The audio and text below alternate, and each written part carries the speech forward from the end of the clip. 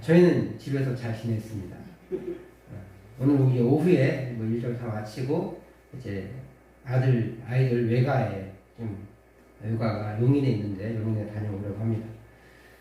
명절에 자녀들이 모여있는 것이 참 축복입니다. 그런데 가끔 오지 못하는 경우는 참으로 안타깝습니다. 요즘이야 교통이 발달하고 통신이 발달해서 전화로 자주 하고 심지어 영상으로도 통화하고 그러니까 자주 이 명절에 못 와도 그렇게 아쉬움이 없어요. 그죠? 예전처럼. 근데 예전에 이 통신이나 교통이 발달하지 않았을 때는 이 명절이 정말로 1년에 한 번, 두 번 보는, 그리고 이제 아버지, 어머니 생신 때 한두 번 보는 그런 날이잖아요.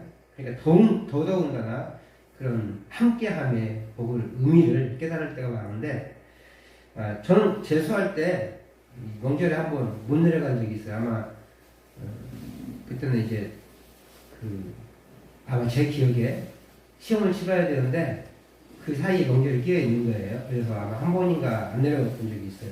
아버지께서, 저는 뭐 그냥 귀찮아서 안 내려간 것도 있는데 아버지께서 굉장히 아쉬워하셨던 그런 기억이 있습니다. 이렇게 취준생, 취업준비생이나 그다음 결혼 못한 노총각들 이런 사람들은 명절에 안 가려고 하는데요. 왜냐하면 친척들이 와가지고 어떻게 취업을 이 한마디 결혼을 안 하냐? 네 나이가 몇인데 이 한마디가 마음에 남습니다. 그래도 마지막에 딱 한마디 하면 그냥 이렇게 들으라고 하는지 들어도 괜찮고 안 들어도 괜찮고 하는 말인지 남들 다 하는 취직 결혼을 왜 못하나 이 한마디에 마음에 꽂혀갖고 비수가 되죠.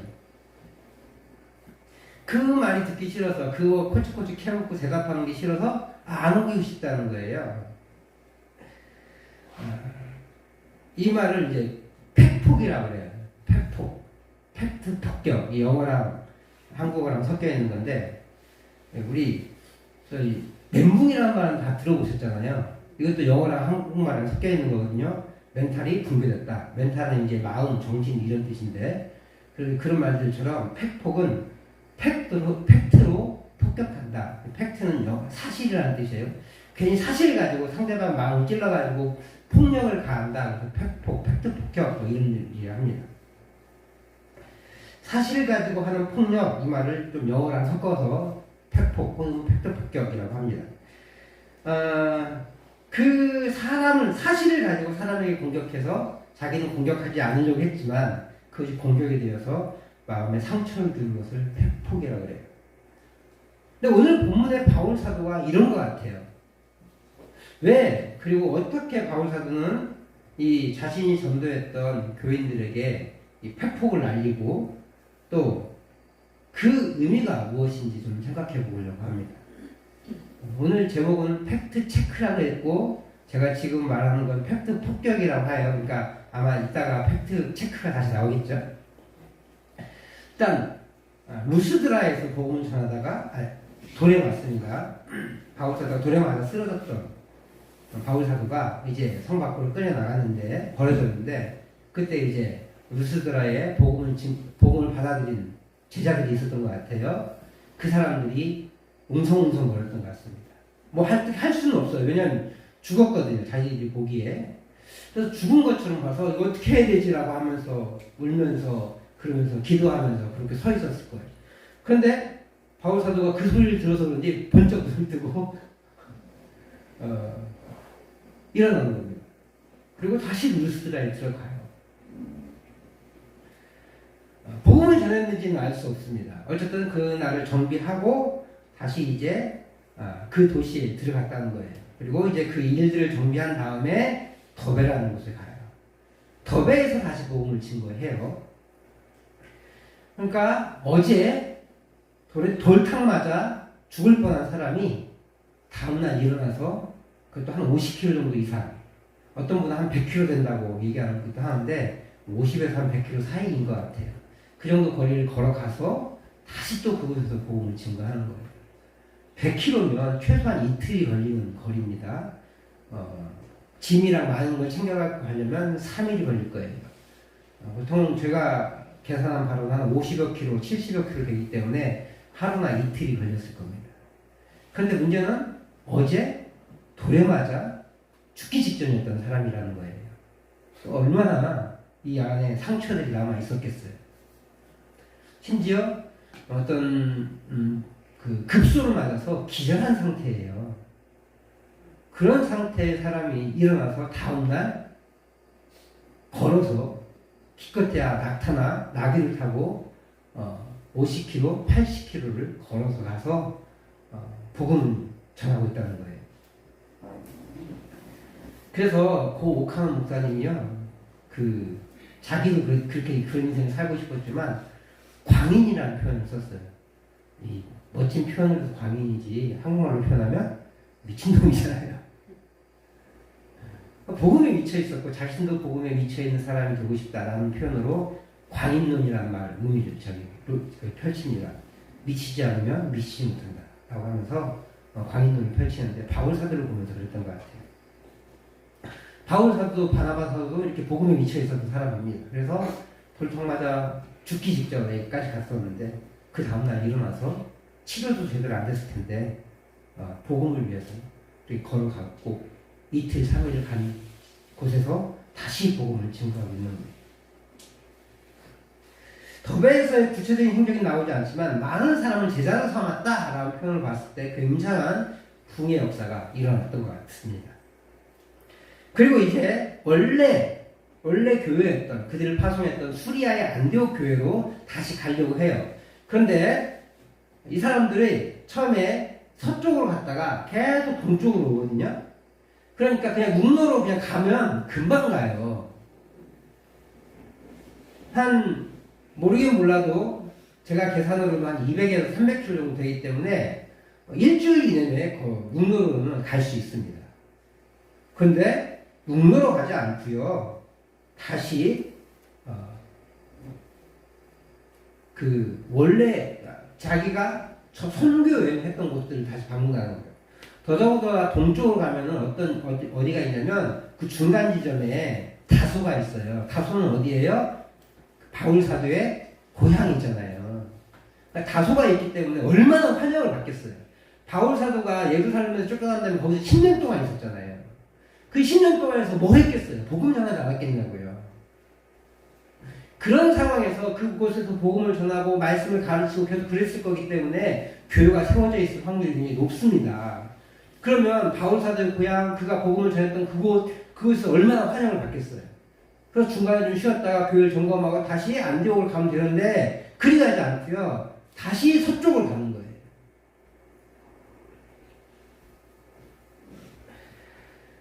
그래서 그곳이 어떤 곳이에요? 자신이 복음을 증거했지만 루스드라에서는 돌에 맞았고 이고니온에서는 도망갔고 그 다음에 안디옥 안디옥에서는 비시디아의 안디옥에서는 미리 알고 피했고 그러니까 환영받지 못하는 곳들이었어요. 가면 또 어떤 위협이 있을지 모르는 거예요.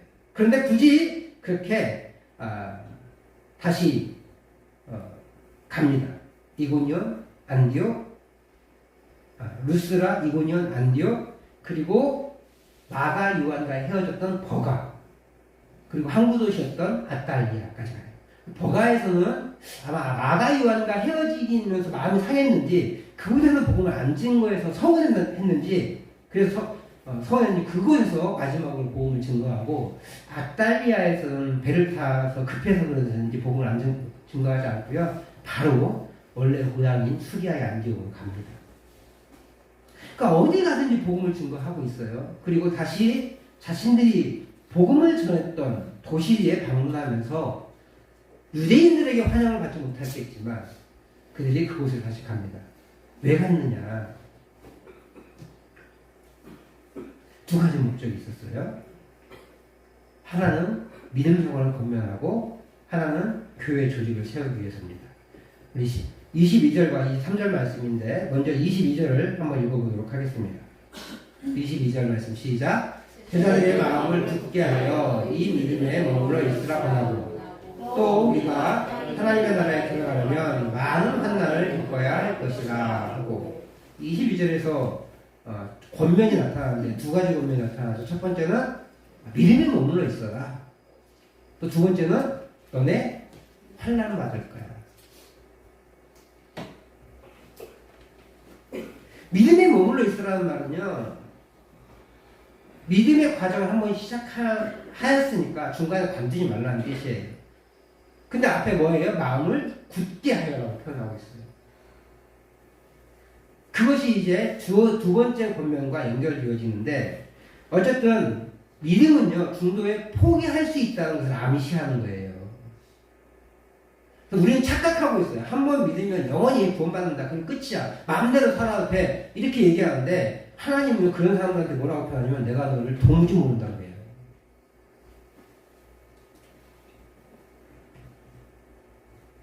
내가 한 번 이렇게 마음에 즐거움이 있었고, 은혜라고, 남들이 은혜라고 표현하는 그 마음이, 울컥한 마음이, 감동된 마음이 있었다고 해서 그것이 구원을 보장하지 못한다는 거예요. 바울사도는 명확하게 얘기해요. 마음을 굳게 해서 이미 믿음에 머물러 있어라. 이미 예수 믿는 사람들이잖아요. 그런데 머물러 있으라고 고백해요. 가르쳐요. 그 말은 못 머물 수 있을 수 있다라는 말이에요. 그러므로 우리가 믿음에 머물기 위해서 애써야 된다는 거예요. 자동적으로 머물러 있는 게 아니에요. 한번 내가 옛날에 그거 했다고 유지되는 게 아니에요. 이런 거죠. 초등학교 1학년 때 수학 100점 맞았어요. 나 100점 맞았으니까 라고 계속 놀아요. 그럼 초등학교 6학년 때 100점 맞을까요? 한 20점이나 30점 맞을까요? 20점이나 30점 맞을 거예요. 왜 찍기가 있으니까. 주관식이면 다 주관식이면 빵점일 확률이 굉장히 높습니다.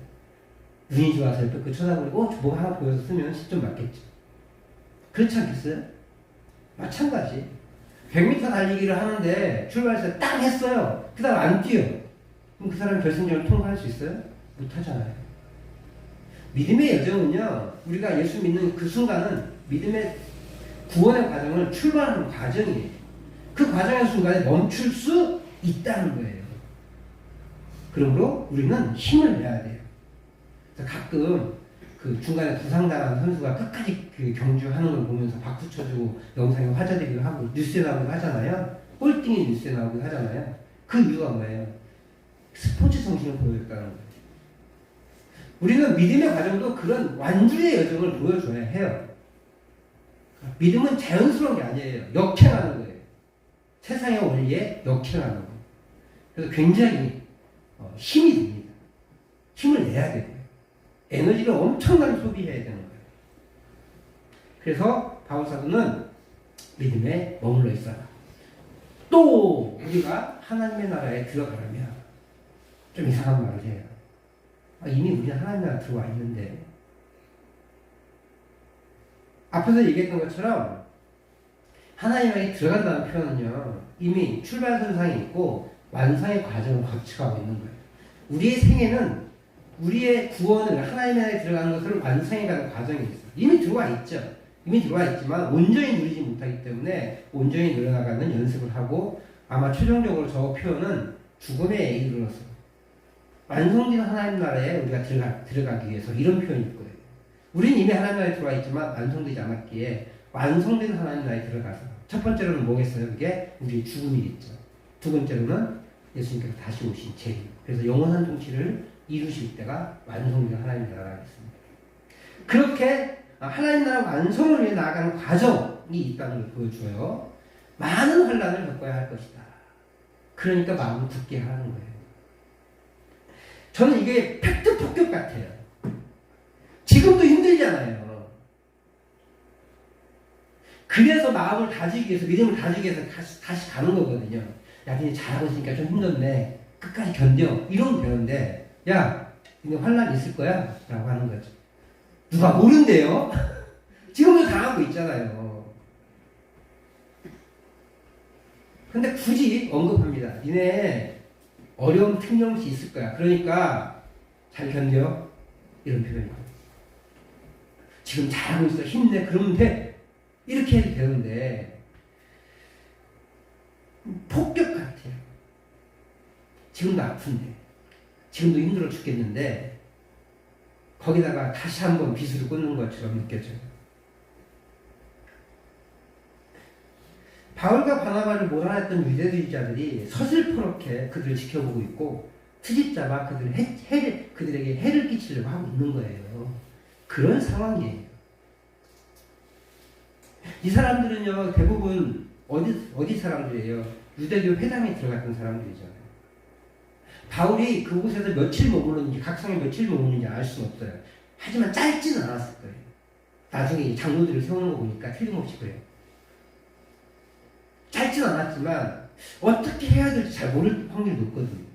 회당에서 계속 그 모임을 가졌을 수도 있고 아니면 따로 주일날 모였을 수도 있는데 그런 과정에서 유대인들이 계속 공격했을 거란 말이에요. 그런 상황에서 니네 이건 일도 아니야. 더 큰 일이 벌어질 거야. 이런 이야기를 하는 거죠. 사람의 기를 죽이는 거 아닙니까? 지금도 힘들어 죽겠는데 야 그거 갖고 앞으로 더 힘들어 이러면은 사람이 맥이 빠지잖아요. 지금 그런 표현이거든요. 왜 바울 사도와 바나바 사도는 이렇게 팩폭을 날릴까요? 근데 팩폭이라는 말과 함께 오늘 제목처럼 유행하는 단어가 있는데 팩트 체크예요. JTBC라는 방송국에서 뉴스룸이라는 그 방송 그 프로그램의 한 코너에 팩트 체크라는 그 코너가 있어요. 근데 여러 뉴스에 그런 비슷한 팩트 체크라는 말은 안 쓰지만 비슷한 이야기들이 그 코너들이 다 있습니다. 근데 이 JTBC에서는 팩트 체크라는 코너에서 소문이나 괴담에 대한 진실을 밝히고 그것을 얘기해줘요. 사실을 확인해줘요. 확인 과정을. 가짜뉴스를 좀 많이 생성되잖아요. 그 사람들이 동요되면 그것이 가짜뉴스인지 진짜뉴스인지 확인해주는 그런 과정도 있고 또 어떤 이슈들이 있으면 정확성을 기해서 그것을 이제 체크해주는 그런 코너입니다. 그런 거 말고도 다른 뉴스에도 많이 있더라고요. 팩트 폭격은요, 사람의 마음을 헤아리지 않고 직설적으로 말해서 상처를 주는 것이라면 팩트 체크는 똑같은 사실을 가지고 얘기하는데 막연하게 환상적인 생각을 갖거나 잘 될 거라니 희망 회로를 가동시켜서 멈추게 하는 거예요. 그리고 사실에 입각하여 상황을 판단하고 준비하게 하는 것을 말해요.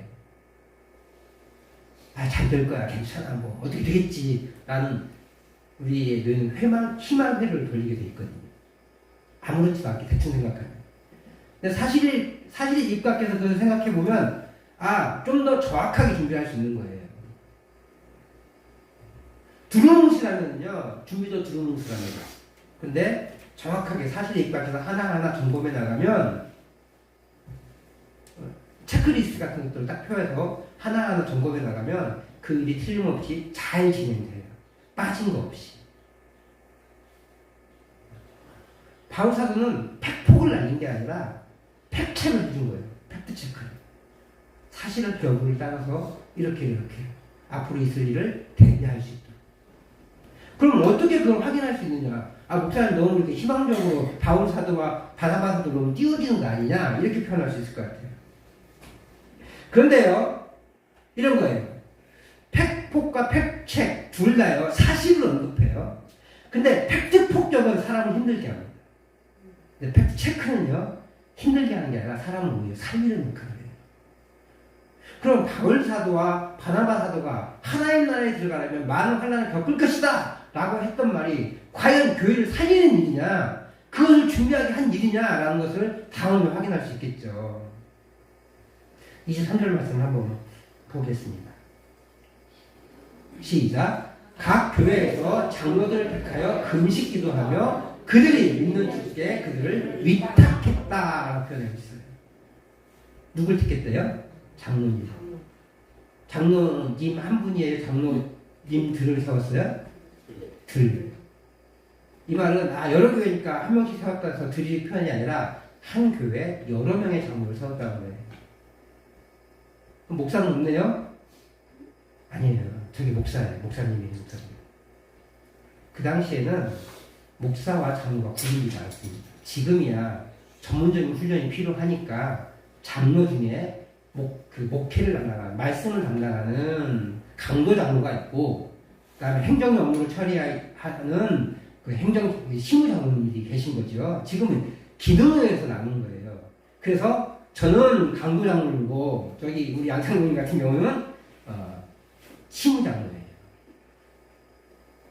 행정적인 업무. 물론 우리가 교회 칼빈은 교회 두 반을 놓고 얘기했는데, 제 생각에는 교회가 발달하면서 전문적인 목회를 연구해야 되는 사람이 필요한 거예요.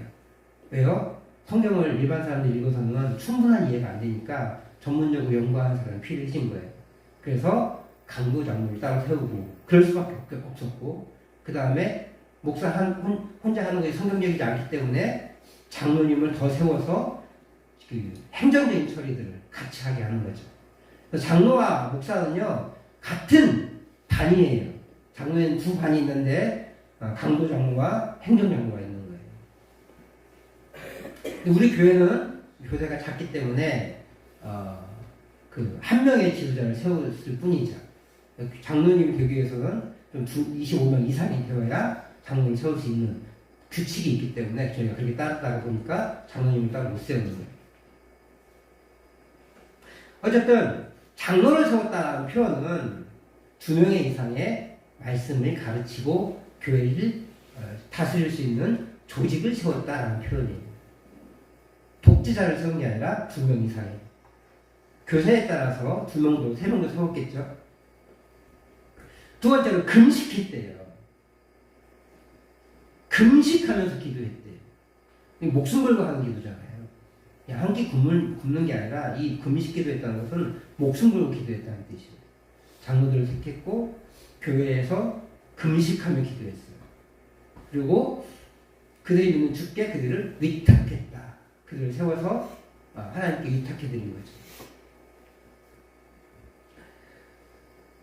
바나바 사도가, 바울 사도가 환난을 경고하면서 그들을 도울 수 있도록 기도자를 세웠고 함께 기도했고, 그리고 더욱이 주님께 위탁했다는 것이 바로 교회를 세우기 위한 것이었다는 것을 볼 수 있어요. 그러므로 팩트 폭격을 날린 게 아니라 팩트 체크를 해서 교회가 살아날 수 있는 방법들을 모색해 나가는 거예요. 그냥 장로 세웠으면 뭐라고 하겠어요? 왜 잘하고 있는데 장로를 세우고 왜 그래? 이랬을 수 있지 않겠어요? 그러나 팩트를 알려주면서, 사실을 알려주면서 앞으로 이런 일들이 일어날 거, 더 지금 당하는 환란도 아니고 더 어려운 일, 심지어 목숨을 내건 일이 생겨날 텐데 그 일을 대비하기 위해서 말씀을 계속해서 가르치고 세워나갈 수 있는 장로님들을 세운 거예요. 그러면 뭐 무자격 장로를 세웠을까요? 그렇지 않아요. 바울 사도가 뭐 며칠이나 있었다고 알 수 없어요. 며칠 있었는지.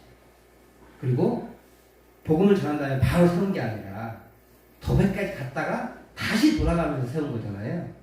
그러니까 상당한 기일이 지나서 훈련받고 인정받은 사람들을 장로로 따로 세운 거예요.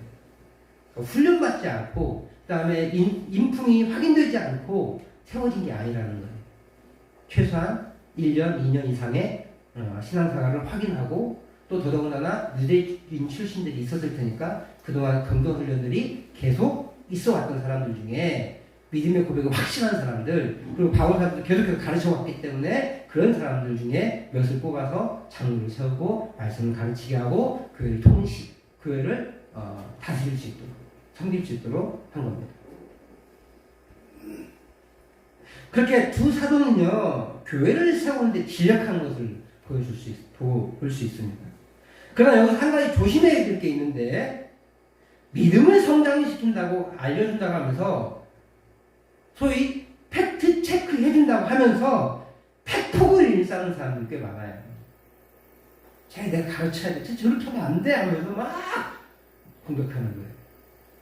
포장은 멋있게 해요.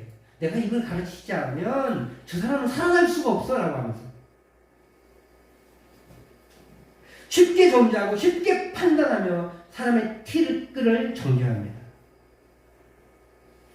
그것을 바울 사도가 교회를 세우기 위해서 팩트 체크했던 것처럼 나도 그렇게 팩트 체크하는 거야 라고 하면서 그렇게 말하는 거죠. 근데 팩트 체크를 일삼아서 팩트 폭격을 하고 있는 경우가 상당히 많다는 거예요. 그런 사람은, 그렇게 남의 어떤 단점들이 보이는 사람은요, 먼저 자기 자신을 돌아봐야 돼요. 우리 주님이 자신의 들보를 먼저 보라고 얘기하셨잖아요. 자신의 들보를 보지 못하며 사실을 상대에게 알린다면 상대가 큰 상처를 받게 됩니다. 그러므로 우리는 팩트 체크를 한다면서 쉽사리 팩폭해서는 안 돼요. 반대로 우리는 상대의 팩트 체크를 겸허히 받아들여야 돼요.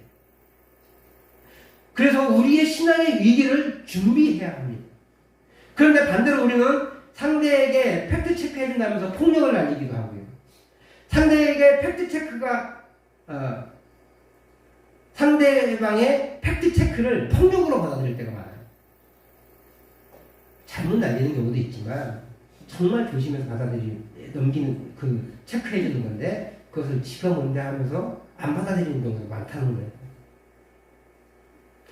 그러므로 우리는요 상대방을 그에게 어떤 팩트 체크를 할 때 상대방에게 어떤 사실들을 알리고 이렇게 하는 것보다 이게 하는 게 더 좋겠어 라고 말할 때 엄청나게 조심해야 돼요. 그런 사랑이 없는 팩트 체크는요 아무 유익이 없습니다. 밑바탕에 정지가 깔려있기 때문에. 정지가 깔려있지 않고 뭐가 깔려있어야 돼요? 사랑이 깔려있어요. 그럼 말이 부드럽게 나와요. 나는 뭐 사실대로 얘기하고 듣 것 없어 막 이렇게 얘기하면 막 폭력 날리는 분들 사실 잘못된 거예요. 자기는 마음이 편하지. 할 말 다 했으니까. 받는 사람은 겁나게 힘들어요. 먼저 남을 지적하기 전에 자신을 돌아봐야 돼요. 그래서 우리 주님께서 마태복음 7장 5절에 이렇게 말씀하세요. 같이 한번 읽어보도록 하겠습니다. 시작. 외식하는 자여 먼저 내 눈속에서 들보를 빼어라. 그 후에야 밝히보고 형제의 눈속에서 피를 빼라. 먼저 나를 돌아보라. 그 주님의 가르침입니다. 그리고 난 후에 팩트 체크는 사람을 살리는 거예요. 잠언 25장 11절 12절 이렇게 기록되어 있더라고요. 같이 읽어보도록 하겠습니다. 25장 11, 12절 시작. 경외에 앞당한 말은 아르생인 인정관의 금사관이라. 슬기로운 자의 책망은 청정하는 귀의 금고리와 정금 장식입니다. 멋있는 말이죠. 다 필요할 때 그때 알려주면 이 은쟁관의 금사가 얼마나 먹음직스럽고 얼마나 맛있어요. 보암직하고 먹음직하잖아요.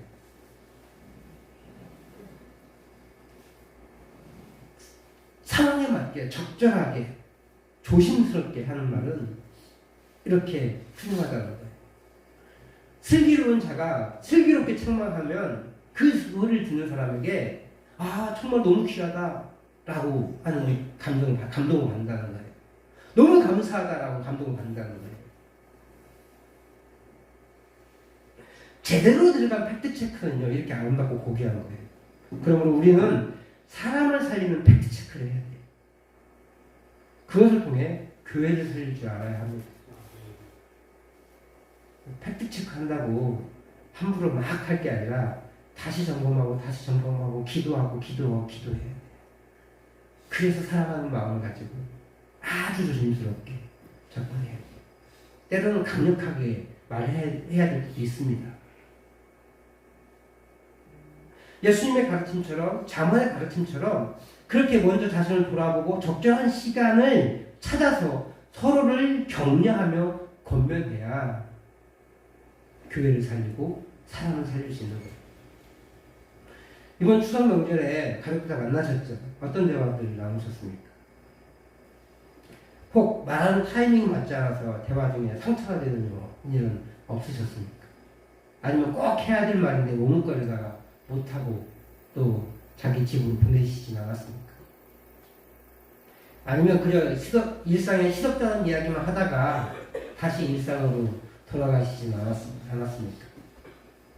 제가 이번 추석 명절에 가장 강력하게 부탁드렸던 게 뭐예요? 가정예배. 그것을 통해서 하나님의 은혜로 확인해 보십시오. 별거 아닐 수 있어요.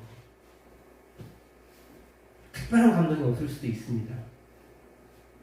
그것이 모여서 복음이 전수되고 믿음이 전수되는 거예요. 그리고 머뭇거리고 있는 사람이 한 발 더 내디딜 수 있도록 기회를 주는 거예요. 제가 이렇게 막 강요할 때 못 이기는 척하고 들으셔야 우리도 믿음이 한 걸음 더 나아지는 거예요. 목사가 뭘 되게 강조하잖아요. 그러면 못 이기는 척하는 게 은혜고 믿음이에요. 물론 목사의 욕심대로 잘못하는 경우도 있기도 하지만 그런 일이 아니라면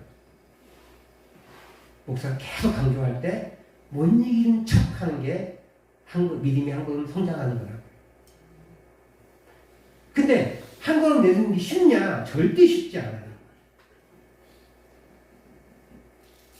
많은 어려움들 이겨내야 돼. 이것이 습관이 되면 두 번, 세 번 모이면 그런 말 있잖아요. 옛날 말에. 도둑도 첫 번째가 제일 어렵다고. 도둑질도. 신앙의 단련도 마찬가지예요. 첫 걸음 내딛는 게 굉장히 어렵습니다.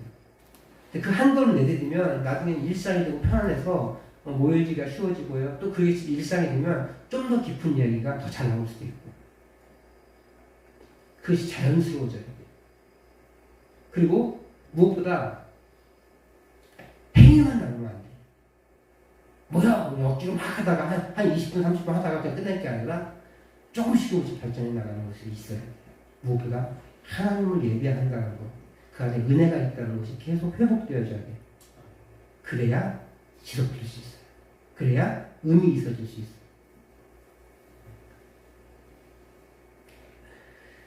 어쩌면 이번 추석이요, 정말 주님 우리에게 교회와 가정을 세우는 중요한 시기였을지도 모릅니다. 때로는 과감하게, 때로는 아주 조심스럽게 우리의 입에 주신 말씀을 가지고 상대에게 전할 수 있어야 합니다. 무엇보다 기도를 깊이 하신 후에 상대를 권면하고 그에게 감동을 주신 것을 바탕으로 권면할 수 있어야 합니다.